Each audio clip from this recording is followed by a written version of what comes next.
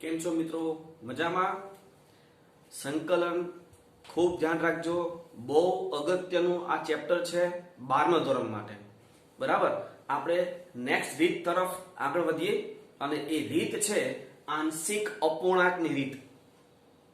મિત્રો, સંકલનમાં તમને કોઈ પણ એક દાખલો આપવામાં આવે તો સૌપ્રથમ તમારે એ વિચારવાનું હોય કે આ જે દાખલો છે એ કઈ રીતે થાય, અને એ રીત સમજવા માટે કોઈ પણ રીત જે આપણે ચલાવેલી છે એ દરેક રીત ક્યારે ઉપયોગ થાય એ તમને ખ્યાલ હોવો જોઈએ.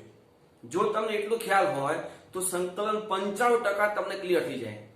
હવે એ જે 5% બાકી રાખ્યા એ 5%માં કોઈ અવનવો દાખલો હોય, કોઈ અટપટો એક્ઝામ્પલ હોય તો એ સમયે 2-3 રીતો મિક્સ થઈ અને એ દાખલો સોલ્વ કરવાનો હોય છે. તેવા 5% દાખલા બાકી રહે.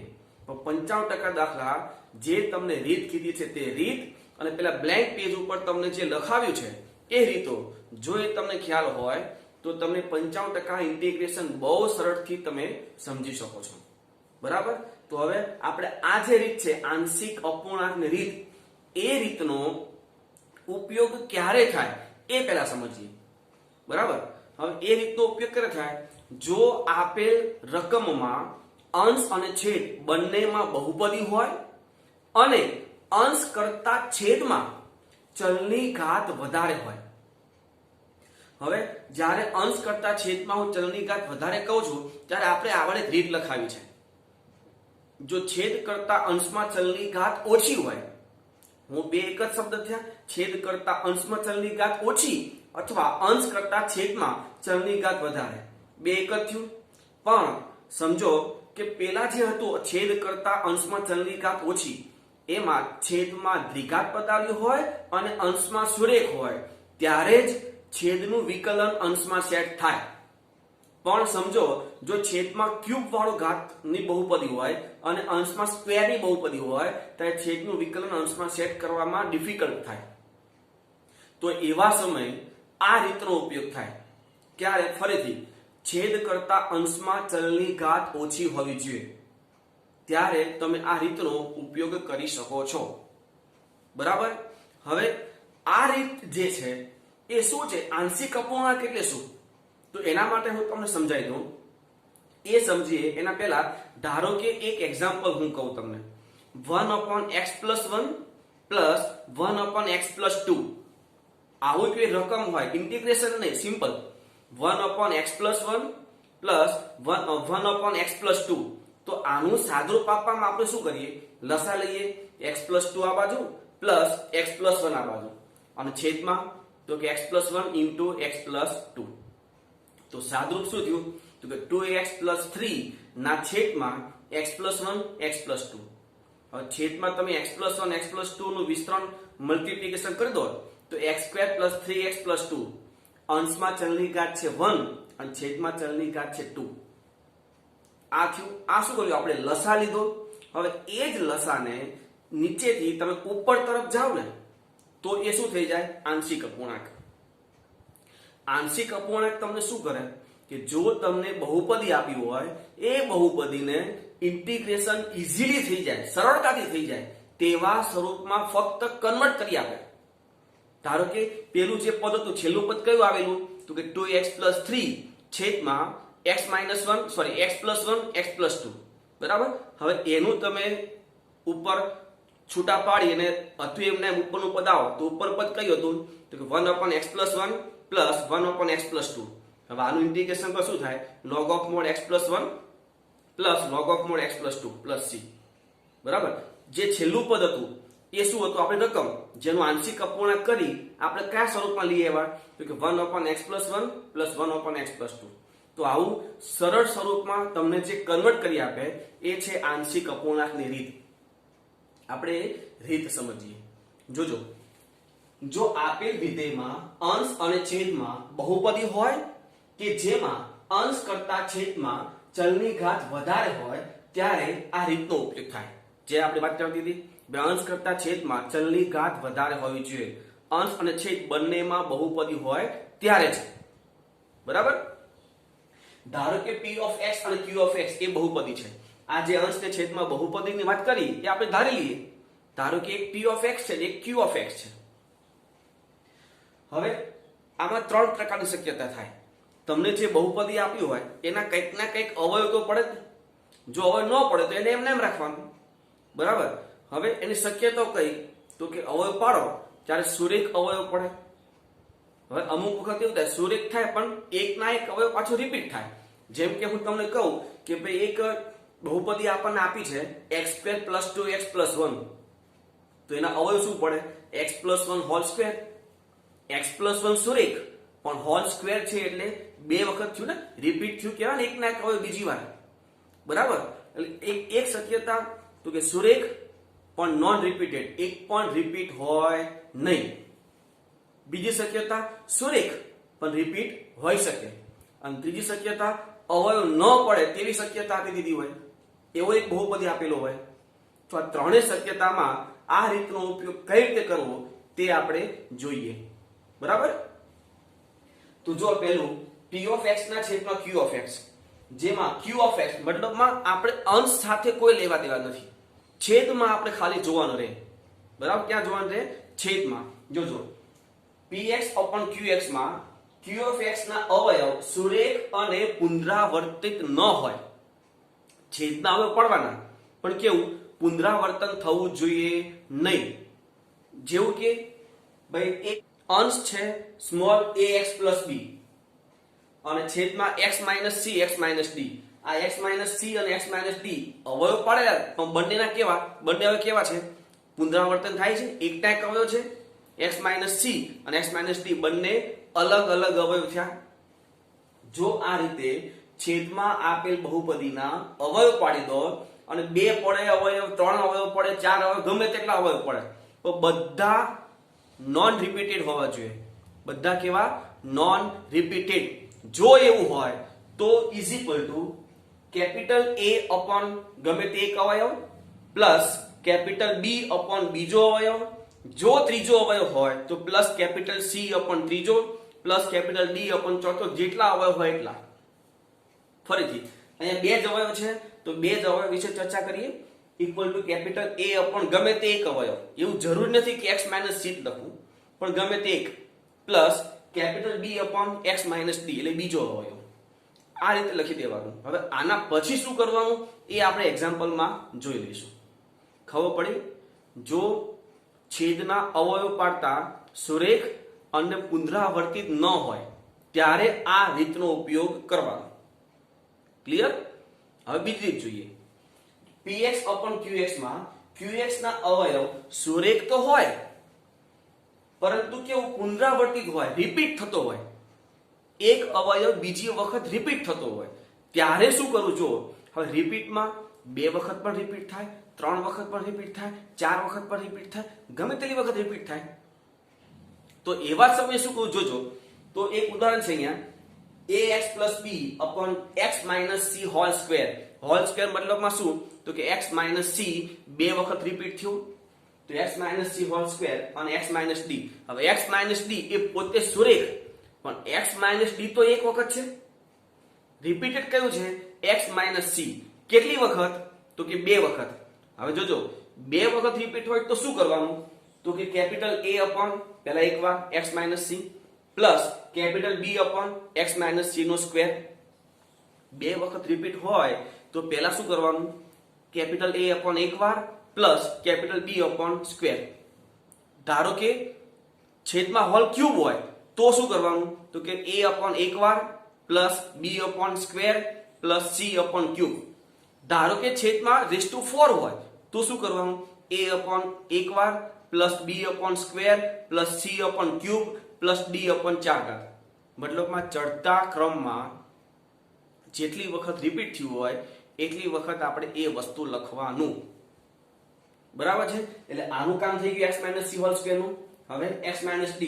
x - d તો સુરેખ અને નોન રિપીટેડ છે, તો એમાં શું કરવાનું, a અને b આવી ગયો છે તો capital C upon x - d. આ કેપિટલ C છે અને આ સ્મોલ c. ખબર પડી ગઈ? રિપીટેડ હોય તો ચડતા ક્રમમાં જવાનું, નોન રિપીટેડ હોય તો એક જ વખત. હવે ત્રીજી શક્યતા, px/qx માં qx ના અવયવ સુરેખ ન હોય. હવે સુરેખ ન હોય તો એ શું હોય, તો કે દ્વિઘાત હોય કે ત્રિઘાત હોય. બરાબર છે, આપણે દ્વિઘાત સમજીને આગળ વધીએ છીએ. જોજો તો સ્મોલ ax પ્લસ b છેદમાં x square plus c into x minus d. હવે આ સુરેખ નથી, દ્વિઘાત છે. જો દ્વિઘાત હોય તો એના ઉપર સુરેખ પદાવલી સેટ કરવાની. જો છેદમાં ત્રિઘાત હોય, જેના અવયવ ન પડતા હોય, ત્રિઘાત હોય અને અવયવ ન પડતા હોય, તો અંશમાં શું સેટ કરવાનું? સ્ક્વેર વાળું પદ. બરાબર છે. કઈ રીતે? જો પહેલા આમાં સમજી લઈએ. તો આ જે છે x સ્ક્વેર પ્લસ c, તો ઉપર મારે સુરેખ પદ સેટ કરવું પડશે. તો સુરેખ પદ કયું લેવાય? ax plus b, capital ax plus capital b છેદમાં એ દ્વિઘાત પદાવલી એટલે કે x સ્ક્વેર પ્લસ c. ધારો કે અહીંયા ત્રિઘાત હોય એટલે કે x ક્યુબ પ્લસ c હોય, તો ઉપર શું ત્યાં સેટ કરવાનું? Capital ax square plus capital bx plus capital c. આ રીતે એક ઘાત ઓછી કરી પદાવલી સેટ કરી દેવાની. ક્લિયર? તો હવે આનું તો x માઇનસ d સુરેખ નોન રિપીટેડ, મતલબ શું કરવાનું? તો કે capital c upon x minus d. હવે આ પદ જે છે એના પછી શું કરવું એ આપણે સંકલનમાં જોઈ લઈશું. તો આ રીત તમને ખબર પડી? ક્યારે આ રીત કરવાની અને કઈ રીતે આ ભાગ પાડવાના? સુરેખ હોય તો શું કરવાનું? સુરેખ અને રિપીટેડ હોય ત્યારે શું કરવાનું? અને સુરેખ ન હોય ત્યારે શું કરવાનું? આ ત્રણ જગ્યાએ શું કરવાનું એ તમને ખ્યાલ હોવો જોઈએ. બરાબર? તો હવે આપણે એક્ઝામ્પલ તરફ આગળ વધીએ. જોજો અહીં એક દાખલો છે, integration x square plus 4x minus 1 છેદમાં x ક્યુબ માઇનસ x. તો અંશ ને છેદમાં px ને qx છે. તો અંશ એમને એમ રાખવાનો, છેદના અવયવ પાડો ખાલી. તો છેદમાં તમે જોઈ લો x કોમન આવે, પછી શું વધે ત્યાં? તો કે x સ્ક્વેર માઇનસ 1 એના હજી અવયવ પડી જાય. તો અંશ એમના એમ છેદમાં x માઇનસ 1 અને x પ્લસ 1 dx. છેદના અવયવ પડી જાય પછી સમીકરણ નંબર 1 આપી દો, કારણ કે એ આ થઈ ગયું. હવે એને આપણે આ સ્વરૂપમાં લખવું પડશે ને, તો લખીએ. જોજો જ્યારે આ જે સમજો આ રીત છે ને, આ રીતમાં કોઈ જગ્યાએ સંકલનનું ચિહ્ન છે? જો તો નહીં. એટલે આ રીત જે છે એ ફક્ત px ના છેદમાં qx નું સંકલન થઈ શકે તેવા સ્વરૂપમાં કન્વર્ટ કરી આપે. એટલે જ્યારે તમે આ રીતનો ઉપયોગ કરતા હોય ત્યાં સ્વરૂપના એટલા ભાગમાં સંકલન આવવું જોઈએ નહીં. આ ખાસ ધ્યાન રાખજો. બરાબર? જોજો તો પેલા આનું સાદુરૂપ આપવું છે તો સંકલનનો ઉપયોગ કરવાનો નથી. તો x square plus 4x minus 1 છેદમાં x માઇનસ 1 x પ્લસ 1. હવે છેદમાં ત્રણ અવયવ છે, સુરેખ છે તો કે આ. એમાં કોઈ પણ અવયવ રિપીટ થયો છે? તો કે ના. રિપીટ ન થયો હોય તો શું કરવાનું? તો કેપિટલ a અપોન એક અવયવ મેં લખ્યો છે x plus capital b upon બીજો અવયવ મેં લખ્યો છે x minus 1 plus capital c upon ત્રીજો અવયવ મેં લખ્યો છે x પ્લસ 1. આટલું થઈ ગયું. હવે આનો લસા લઈ લેવાનો. તો લસા શું થાય? જોજો x square plus 4x minus 1 is equal to a into x minus 1 x plus 1 plus b into x plus 1 plus c into x minus 1.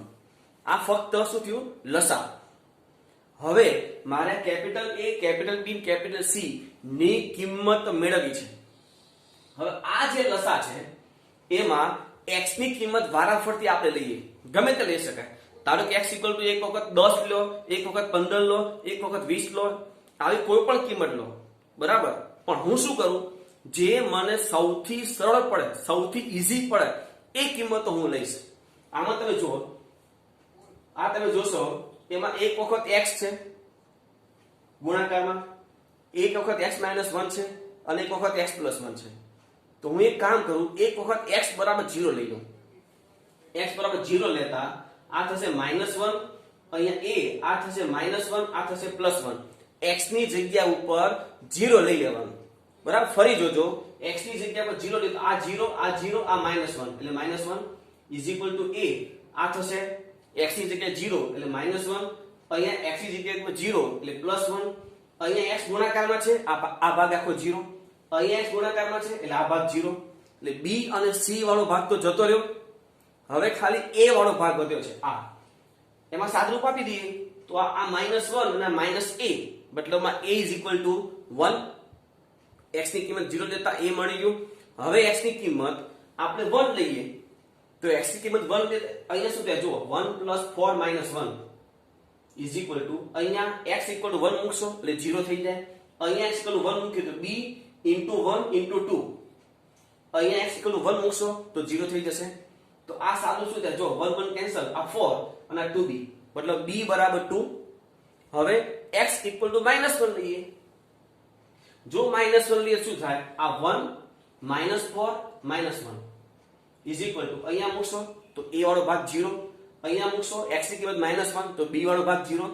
c વાળા પદમાં મૂકીએ તો c આ -1 ને આ -2, તો આ 1 1 કેન્સલ, -4 અને આ 2c, મતલબમાં c ઇઝ ઇક્વલ ટુ -2. હવે તમને એવો પ્રશ્ન થવો જોઈએ કે અહીંયા કેમ x ની કિંમત 0 1 અને -1 લીધું? તમે ધારો કે x ની કિંમત 1 2 અને 3 લેશો તો શું થશે? a b અને c વાળા ત્રણ સમીકરણ મળશે. તો એ ત્રણ સમીકરણ તમે સોલ્વ કરશો તો a b અને c ની કિંમત તો આ જ આવવાની છે. હવે આપણને ખબર કેમ પડે કે આપણે x ની કિંમત એક વખત 0, એક વખત 1 અને એક વખત -1 લેવાના છે? તો આપણા અવયવ કયા પડ્યા છે? છેદમાં અવયવ કયા પડ્યા છે? તો કે x, x-1 અને x+1. તો છેદમાં જે અવયવ પડ્યા છે ઇક્વલ ટુ 0 લઈ લો. જો x, x-1 અને x+1 ઇક્વલ ટુ 0 લઈએ તો x ની કઈ કઈ કિંમતો આવે? તો કે x બરાબર 0, બીજું x ઇક્વલ ટુ 1, ત્રીજું x ઇક્વલ ટુ -1. તો એ ત્રણેય કિંમત વારાફરતી તમે જો લેશો તો તમને a b અને c મળી જ જાય. બરાબર? આ a b અને c ની કિંમત મળી ગઈ. હવે જોજો આ a b અને c ની કિંમત હું આમાં મૂકી દઉં તો આના બરાબર આ થશે, થાય ને? હું આમાં આ તો છે, આના બરાબર આ છે. હું a b અને c આમાં મૂકી દઉં, બરાબર? તો આ પદ કયું થયું? યાદ કરો મેં કીધું પેલું લસા વાળું પદ, છેદમાં જે છેલ્લો પદ હતું તે આ છે, અને ઊંધું ચાલતા ચાલતા ઉપર આવો તે આ પદ આવી જાય જેમાં a b અને c ની કિંમત મૂકવાની છે. બરાબર? હવે આ જે પદ છે એ તો આપણી રકમ છે. તો હું અહીંયા મતલબમાં ઇન્ટિગ્રેશન પછી આ જે પદ છે એ જગ્યાએ હું આ લખી શકું ને, અને એમાં હું શું કરીશ કે એમાં a b અને c ની કિંમત મૂકી દઈશ. તો જોજો સમીકરણ 1 પરથી ઇન્ટિગ્રેશન, હવે આ જે રકમ છે આ રકમ એની જગ્યા ઉપર આ ભાગ, જો ઇન્ટિગ્રેશન a એટલે 1 એટલે 1/x પ્લસ b એટલે 2 તો કે 2/x plus x -1 plus c એટલે -2 છે તો -2/x+1. હવે આ ઇન્ટિગ્રેશન ધારો કે ન હોય, આ ત્રણ પદનું તમે સાદરૂપ આપો ને, મતલબ લસા લઈને તમે સાદરૂપ આપો ને તો એ આ જ આવી જાય, મતલબ માં આવશે. તો આ શું થયું? અહીંયા સુધીનો ભાગ, અહીંયા સુધીનો ભાગ. ઇન્ટિગ્રેશન ન હોય તો આંશિક અપૂર્ણાંક કેવા આપ્યું? આંશિક અપૂર્ણાંક એ તમને કેવા સ્વરૂપમાં કન્વર્ટ કરી આપ્યું કે આ પદ બધા એવા છે કે બહુ સિમ્પલ રીતે અને એક જ સ્ટેપમાં સંકલન પૂરું થઈ જાય. જોઈ લો, આનું થશે log of mod x plus 2 log of mod x minus 1 minus 2 log of mod x plus 1 plus c.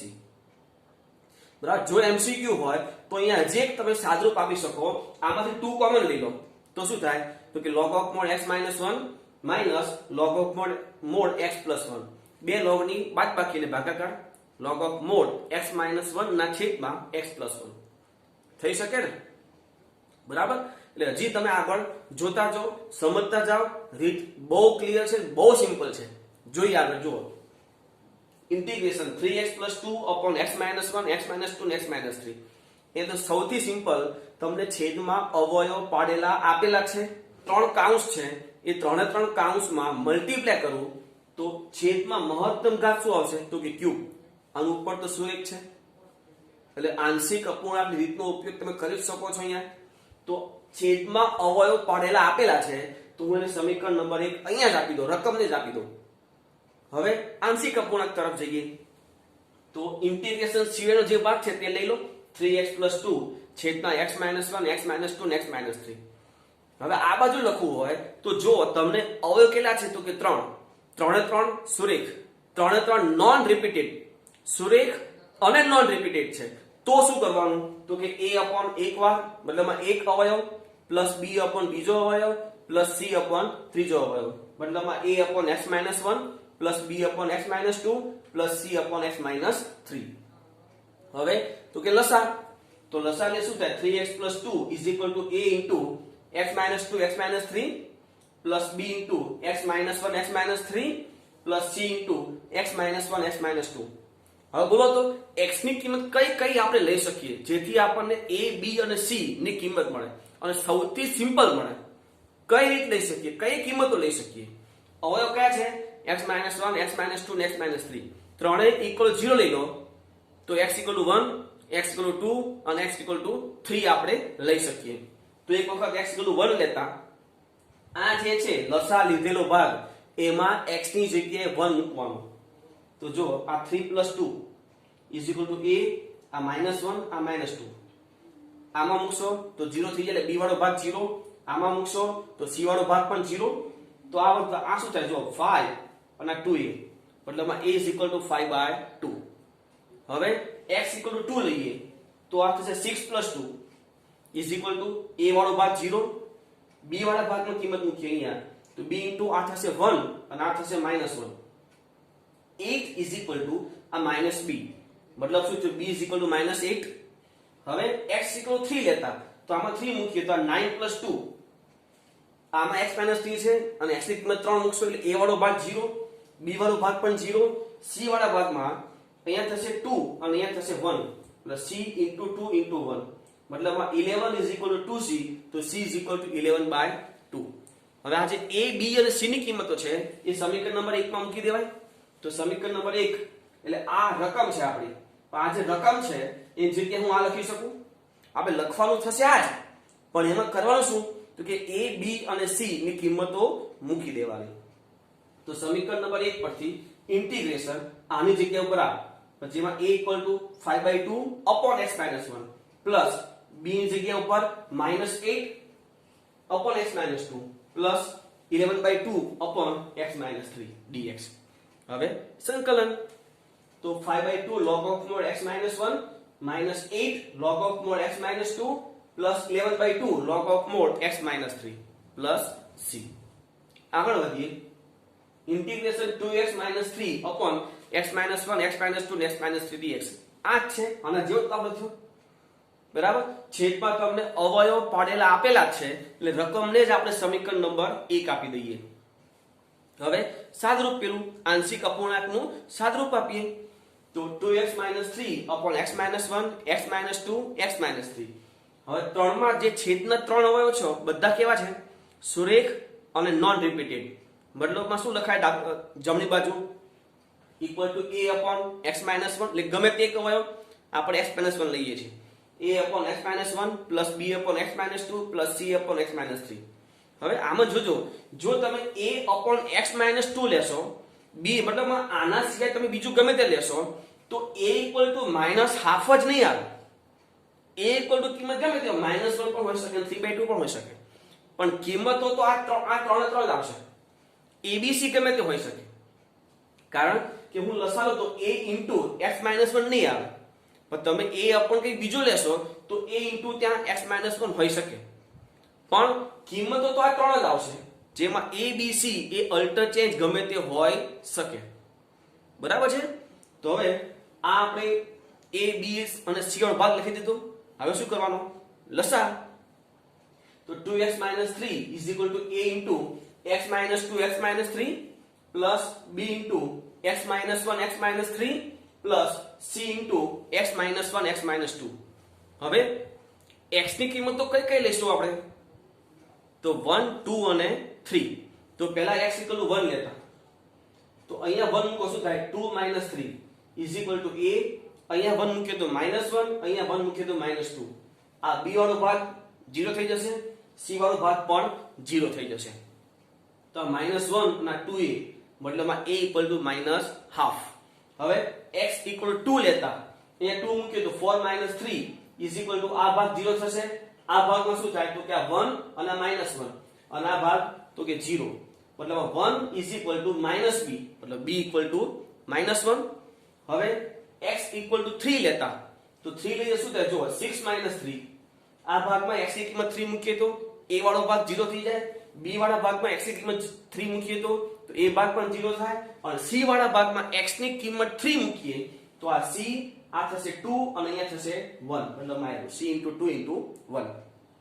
આ 3 અને આ 2c મતલબ c = 3/2. હવે અહીંયા a b અને c ની કિંમતો મળી ગઈ. હવે એ કિંમતો ક્યાં મૂકીએ આપણે સમીકરણ નંબર 1 માં. તો સમીકરણ નંબર 1 એમાં આ ભાગ છે, મતલબ એ જગ્યાએ લખવાનું આપણે આ છે, જેમાં a b અને c ની કિંમતો મૂકવાની થશે. બરાબર છે. તો સમીકરણ નંબર 1 પરથી I is equal to integration a એટલે -half upon x minus 1 plus b એટલે -1 upon x minus 2 plus c એટલે 3/2 upon x minus 3 dx. હવે is equal to -half આનું સંકલન log of mod x minus 1 minus આ minus થઈ જાય ને, minus log of mod x minus 2 plus 3/2 log of mod x minus 3 plus c. એટલે આ રીતે મિત્રો આપણે આંશિક અપૂર્ણાંકની રીત કરી શકીએ છીએ. હજી આપણે આગળ દાખલા જોવા છે, તમે આપી પહેલા લખી લો. તો મિત્રો આગળ વધીએ આપણે. તો જોજો આગળ integration x³ - 6x² + 10x - 2 upon x² - 5x + 6 dx. મિત્રો અહીંયા તમે જો છેદ કરતા અંશમાં ચલની ઘાત વધારે છે, અંશમાં ચલની ઘાત વધારે છે, પણ આંશિક અપૂર્ણાંક માટે શું જોઈએ? છેદમાં ચલની ઘાત વધારે જોઈએ. બરાબર. અહીંયા તો અંશમાં વધારે છે. આનો મતલબ શું થાય? અહીંયા અત્યારે આપણે આંશિક અપૂર્ણાંક કરી શકતા નથી. તો શું કરીએ? આપણે સિમ્પલ જે ભાગાકાર કરતા હતા એવો ભાગાકાર કરીએ. બરાબર. જે અંશ છે એને આપણે અંદર લખીએ, જે છેદ છે એને આપણે બહાર લખીએ. હવે x³ છે, જો મારે x³ લાવવો હોય તો આને કોના વડે ગુણવું પડે? તો કે x વડે. તો x વડે ગુણીએ તો આ x³ - 5x² + 6x. બાદબાકી કરીએ આ પ્લસ નું માઈનસ થઈ જાય, આ માઈનસ નું પ્લસ થઈ જાય, અને આ પ્લસ નું માઈનસ થઈ જાય. આ x³ કેન્સલ, આ -x² અને 4x. એક સ્ટેપ નીચે ઉતારીએ એટલે -2. હવે અહીંયા -x² છે. હવે મારે -x² લાવવા હોય તો આ x² ને કોના વડે ગુણવું પડે? તો -1 વડે. તો -1 -1 ને ગુણીએ તો -x² + 5x - 6. બાદબાકી કરીએ એટલે કે નિશાની ચેન્જ કરીએ તો આ માઈનસ નું પ્લસ, પ્લસ નું માઈનસ અને માઈનસ નું પ્લસ. એટલે આ x² કેન્સલ, આ -x અને આ +4. મતલબમાં શું થયું? -x + 4, જેને હજી x² - 5x + 6 વડે ભાગાકાર કરવાનો બાકી છે એવું આપણે કહી શકીએ, જેને આપણે આ શેષ કહેતા હતા. બરાબર ને? અને આ ડિવાઇડેશન તો તમને ખ્યાલ જ છે. તો આ જે ભાગાકાર થયો છે એ આપણે લખીએ, આપણું જે સંકલન છે એને લખીએ. એટલે શું લખાય જોજો. તો ઇન્ટિગ્રેશન આ તો ડિવાઇડેશન થઈ ગયું છે આપણે, તો કે x - 1. હવે કોને હજી ભાગવાનું બાકી છે? તો કે -x + 1. પણ આપણે શું લખીએ? આગળ માઈનસ છે એટલે ઉલટાઈ દઈએ, 4 - x.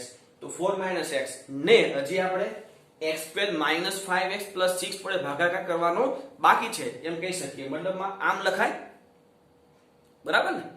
ઓકે. હવે આ x - 1 એનું ઇન્ટિગ્રેશન અલગ કરી દઈએ અને આનું ઇન્ટિગ્રેશન અલગ કરી દઈએ. ઇન્ટિગ્રેશન અલગ તો કરી દઈએ પણ છેદમાં જે છે એના અવયવ પણ પાડી દઈશું, x - 3 અને x - 2 dx. હવે તમે આમાં જોઈ લો, અંશ કરતા છેદમાં ચલની ઘાત વધારે થઈ ગઈ. મતલબમાં હવે આપણે આંશિક અપૂર્ણાંકનો ઉપયોગ કરી શકીએ છીએ. પણ આને સમીકરણ નંબર 1 આપી દો. આમાં આંશિક અપૂર્ણાંક કરવું છે, આનું તો સંકલન થઈ જશે ને. આમાં આંશિક અપૂર્ણાંક કરવું છે તો શું એ જોજો. હવે 4 - x upon x - 3 x - 2 equal to a upon x - 3 plus b upon x - 2. કારણ કે જે છેદના અવયવ છે બંને સુરેખ અને નોન રિપીટેડ છે, પુનરાવર્તિત નથી. તો આ રીતે બે ભાગ કરી દેવાના. હવે લસા તો 4 - x is equal to a into x - 2 plus b into x - 3. હવે x ની કિંમત તો કઈ લઈશું? તો કે જે અવયવ છે એના પરથી આપણને ખ્યાલ આવે, એટલે કે x = 2 અને એક વખત x = 3. તો x = 2 લેતા અહીંયા 2 મૂકેલું, 4 - 2 is equal to આમાં લઈશું તો a વાળો ભાગ જતો રહેશે, 0 થઈ જશે. અહીંયા મૂકશું તો b into -1. તો આ 2 અને -1 મતલબ b is equal to -2. હવે અહીંયા x = 3 લઈએ તો અહીંયા શું થાય? 4 - 3 અહીંયા a into 1 થશે અને 3 - 2 એટલે 1. b વાળો ભાગ શું થઈ જાય? 0. તો અહીંયા શું વધ્યું? આ 1 અને આ a, મતલબ a is equal to 1. a અને b બંને કિંમતો મળી ગઈ. એ સમીકરણ નંબર 1 માં મૂકી દઈએ તો I બરાબર ઇન્ટિગ્રેશન x - 1 dx પ્લસ હવે ઇન્ટિગ્રેશન એના પછી આ જે ભાગ છે એમ જે કે શું લખશું આપણે આ, પણ આમાં શું કરવાનું, a અને b ની કિંમતો પણ મૂકી દેવાની. તો શું થાય જુઓ, 1 a ની કિંમત 1 છે એટલે 1/x 3 પ્લસ b ની કિંમત -2 છે તો -2/x 2 dx. હવે બધું સંકલન કરી દઈએ તો આનું x²/2 x પ્લસ આનું log of mod x - 3 આ માઈનસ અને log of mod x - 2 plus c. બરાબર છે. એટલે આ ખાસ ધ્યાન રાખજો, ઘણી વખત આ જે છે ડિવાઇડેશન કરવાનું એ વિદ્યાર્થીઓ ભૂલી જાય છે અને ડાયરેક્ટ આંશિક અપૂર્ણાંક શરૂ કરી દે છે. બરાબર, એટલે આ મિસ્ટેક થાય નહીં એ ખાસ ધ્યાન રાખવાનું. આંશિક અપૂર્ણાંક કરો તે છેદમાં ચલની ઘાત વધારે હોવી જોઈએ, આ ખાસ ચેક કરી લેવાનું. બરાબર છે. ઓકે, હજી આપણે જોઈએ જુઓ તો integration x²/2 x² + 1 x² - 1 dx. મિત્રો આ દાખલો છે ને એમાં તમે જુઓ આખા પદમાં x ના સ્ક્વેર વાળા પદ જ છે, આખા પદમાં છે ને. તો આમાં આંશિક અપૂર્ણાંક કરવા માટે હું આપણી સરળતા માટે હું એક કામ કરું, x² p ધારી લઉં. આપણે અહીંયા સંકલન તો કરવું નથી આંશિક અપૂર્ણાંકમાં, કારણ કે આંશિક અપૂર્ણાંક થઈ જાય પછી સંકલનના સ્વરૂપમાં આપણે ત્યાં મૂકીએ છીએ. પણ આંશિક અપૂર્ણાંક કરવા માટે આપણી સરળતા ખાતર આ જે તમામ x² છે એ x² p ધારી લઉં. શું કરું જોજો, અહીં સરળતા ખાતર x² p લેતા જો આવી કોઈ ધારણા એ ઇન્ટિગ્રેશન ની અંદર ન થાય, પણ આપણે ઇન્ટિગ્રેશન ની અંદર નથી કરતા, આપણે ફક્ત આંશિક અપૂર્ણાંક મતલબમાં બે ભાગ પાડવા માટે જ કરીએ છીએ. જોજો તમે તો આ શું થાય, p/2p + 1 p - 1. તો છેદમાં એવું શું થઈ ગયું, નોન રિપીટેડ સુરેખ અવયવ થઈ ગયા. તો હવે શું કરવાનું, તો કે a/2p + 1 + b/p - 1 લસા. તો p = a × p - 1 + b × 2p + 1. હવે લસા લઈ લીધો. હવે શું કરવાનું, તો કે p ની કિંમતો તો p - 1 એ 2p + 1 છે. તો એક વખત આપણે p = 1 લેતા તો આ 1 a વાળો ભાગ 0 થઈ ગયો પ્લસ b આ શું થાય 2 + 1 એટલે 3, મતલબ b = 1/3.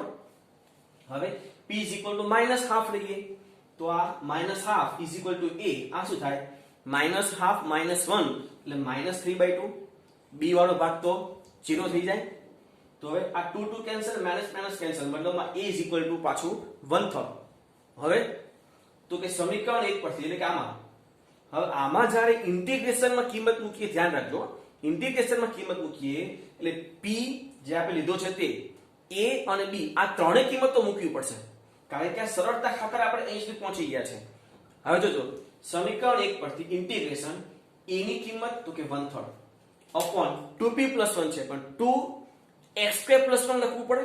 અને ઇન્ટિગ્રેશનમાં જે સરળતા ખાતર p લીધું છે એ ઇન્ટિગ્રેશનમાં p ના લખાય. બરાબર છે. પ્લસ b એટલે 1/3 અને છેદમાં x² - 1 dx.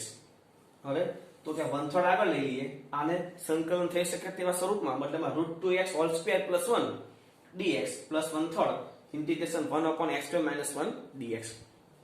આ 1/3 x નો સહગુણક 1/√2, આ સ્વરૂપ છે 1/x² + a² પણ a = 1 છે એટલે tan ઇન્વર્સ √x પ્લસ 1/3 આ સ્વરૂપ છે 1/x² - a² પણ a = 1 છે એટલે ખાલી શું થશે 1/2 log of mod x - 1 upon x plus 1 plus c.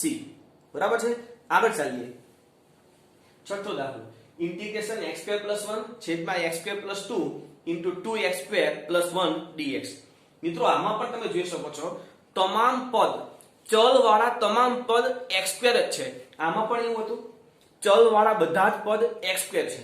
જોજો બીજા કોઈ x ન હોવું જોઈએ, x³ ન હોવું જોઈએ, ચલ વાળા બધા જ પદ x² છે. તો આ રીતનો ઉપયોગ પાછો આપણે આમાં કરી શકીએ. બરાબર છે. તો આમાં પણ એક જો અહીં સરળતા ખાતર x² p લેતા તો p + 1 છેદમાં p + 2 into 2p + 1 છેદમાં જો બે અવયવ છે બંને સુરેખ અને નોન રિપીટેડ છે તો = a/p + 2 plus b/2p + 1. હવે લસા તો p + 1 a × 2p + 1 plus b × p + 2. હવે p ની કિંમત તો p ની કિંમત એક વખત આપણે -2 લઈએ તો -2 + 1 ઇઝ ઇક્વલ ટુ a આ -4 + 1 b વાળો ભાગ શું થશે 0 તો આ -1 આ -3a minus minus cancel a is equal to 1/3 હવે p is equal to -half તો આ -half + 1 ઇઝ ઇક્વલ ટુ આ ભાગ 0 થઈ જાય plus b into half plus 1 આ થશે હાફ અને આ થશે b ઇન્ટુ 3/2 આ 2 2 cancel b is equal to ફરી 1/3 તો આ a b અને p બધી કિંમત આપણે સમીકરણ નંબર 1 માં મૂકી દઈએ તો સમીકરણ 1 પરથી ઇન્ટિગ્રેશન 1/3 છેદમાં x² + 2 p ની કિંમત પણ મૂકવાની ને પ્લસ 1/3 છેદમાં 2x² + 1 જોઈ લો dx હવે ઇન્ટિગ્રેશન અલગ અલગ આપો અને સંકલન કરી શકીએ તેવા સ્વરૂપમાં કન્વર્ટ કરીએ તો 1/3 ઇન્ટિગ્રેશન dx ના છેદમાં x² + √2² પ્લસ 1/3 ઇન્ટિગ્રેશન dx ના છેદમાં √2x² + 1 તો આ શું થાય 1/3 આ 1/a tan inverse x by થાય ને સૂત્રનું તો 1/√2 tan inverse x by √2 plus આ 1/3 હવે અહીંયા પણ સૂત્ર એ જ આવશે પણ a = 1 છે પણ અહીંયા x નો સહગુણક √2 છે તો શું થાય 1/3 * 1/√2 tan inverse √2x + c બરાબર છે લખી લો